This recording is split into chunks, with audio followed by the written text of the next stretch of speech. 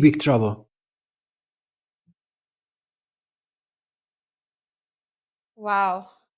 Incredible stuff. Bishop d5. Shakhriyar touching the 2-move mark. Still has got to make the moves to reach time control. It's move 38. He's got 2 more moves to make. And as chat said, that Shak comes back, but at least according to Evalbar, it is lost again. But this is human chess. Anything can still happen. Peter, you're pointing out rook h4. White might have the resource to go rook h6 at some point, still trying to challenge that rook and keep the game going for just a little bit. And right now, it's all about that, making it to time control. A minute and a half. But the first big question, where do you move the rook on b3?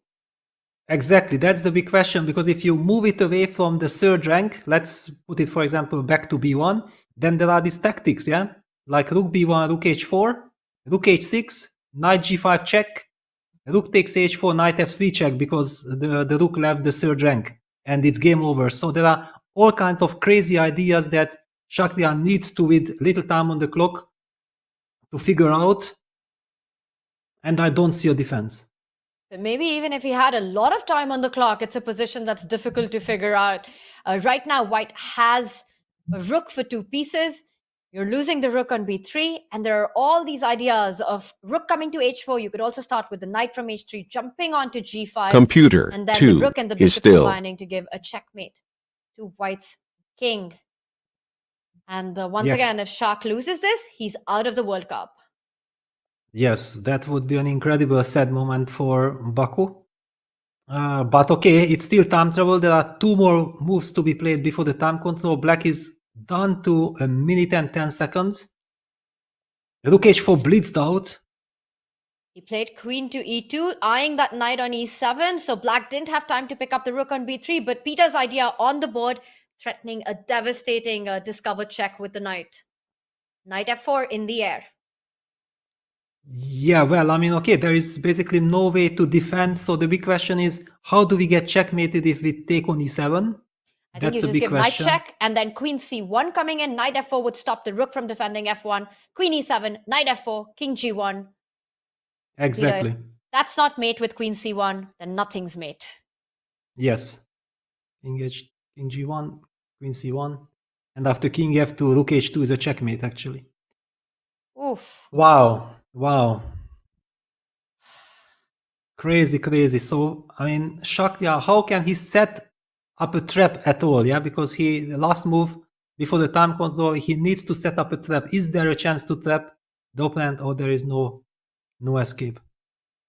The only way that you can try to prolong the game is by challenging this rook on h4. But now that the queen has sidestepped, rook h6 is not even a possibility because the h6 square isn't defended. So no matter what you do, there is a discover check coming. And notice how the bishop on d5 controls all the light squares that are the runaway escape squares for the white king. The knight on h2 takes the g1 square.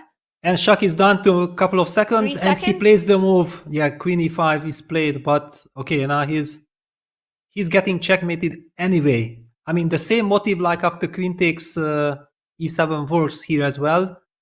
So Peter, Black can choose. I think the trick is that you probably have to go knight f4 and block this rook from f6 because Shak has set up a discovered check.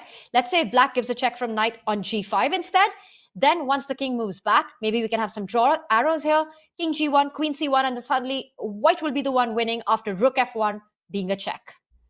Yes, this is the last trap that we talked about, but I mean, simply the knight f4 checkmating motive is the same.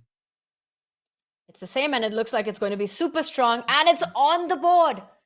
Shakhriyar Mamedyarov about to get eliminated from the World Cup. Yes, I mean, there is just no way, no miracles possible because time control has ended. So now Black will have all the time in the world to figure out, but he does not need it. He just sees that it's checkmate, it's coming, and that's it. The road ends for Shakhriyar, and he resigns. Wow, what a shocker.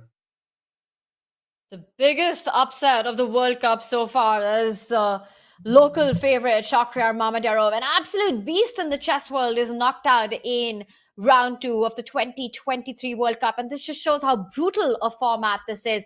And huge congratulations to Tin Jingyao for doing that. He's almost 200 points rated below Shakhriyar Mamedyarov. He draws the first round and an attacking masterpiece takes down Shakhriyar in Shak's style himself. And Peter, maybe you can just quickly show the checkmate that would have happened with the king coming to g1, queen c1 would have followed. The white knight can't block because of rook to h1, and if king f2, as you're pointing out, rook h2 is game over. Yes, it's basically completely hopeless. That's it. Meanwhile, I mean, sensational stuff. Yeah, incredible. I mean, checkmating Shakhriyar Mamedyarov like this, it really shows the incredible potential of this Singaporean player. Just amazing turnarounds and amazing games all around. We're seeing definitely a difficult, heartbreaking moment for the Azeri fans here. But the action continues on the other ones. One big favorite who's cruised to round 3 is Fabiano Caruana, getting his second win in his match.